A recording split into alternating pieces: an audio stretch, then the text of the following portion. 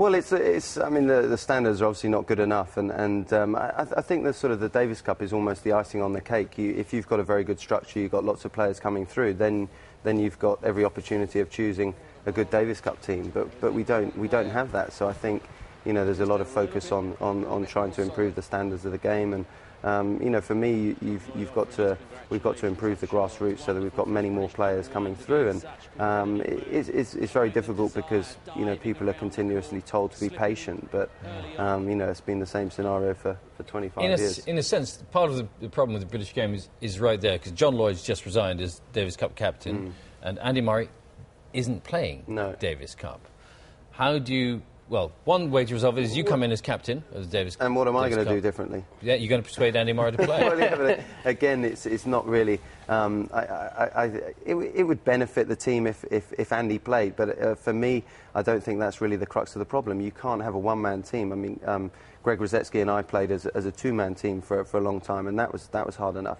We've got to look at the bigger problem, and the bigger issue is getting more players of sort of world-class standard coming through, so that we're not, you know, begging Andy, you know, to come and play against Lithuania. You know, if those players can't, you know, win that tie, then it's almost as if they've got to earn the right for Andy to come back in. But how many players are ready to go, Tim? That's the thing. I mean, all the money is going in to bring all these grassroots players up and make them champions, but how long are we going to have to wait before we actually see them? Yeah, that's right. I mean, we've been saying that for years and years, and it's not through lack of effort. You know, there's an enormous amount of money that's been invested, and you know, coaches brought in.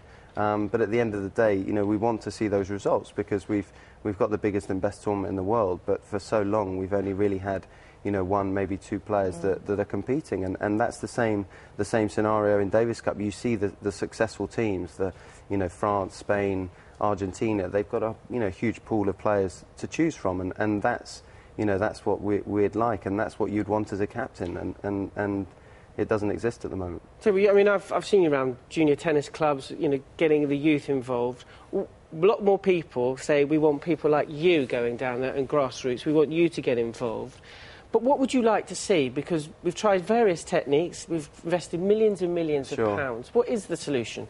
Well, I still think when you look at, you make the comparison with tennis to other sports, and sure, we're never, excuse me, we're never going to compete with football, but we have to get more and more youngsters playing, and I think you've got to make that connection with the schools and the clubs.